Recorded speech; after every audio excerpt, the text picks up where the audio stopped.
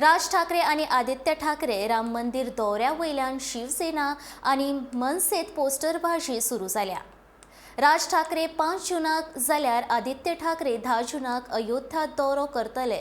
मात राज ठाकरेचे पोस्टर अयोध्येत लायल्या उपरांत रोखडेच आदित्य ठाकरेचे पोस्टर्स अयोध्येत लायल्यात। असली आ रहा है नकली से सावधान अशी पोस्टरबाजी करीत शिवसेनी राज ठाकरेचेर बाण मारला।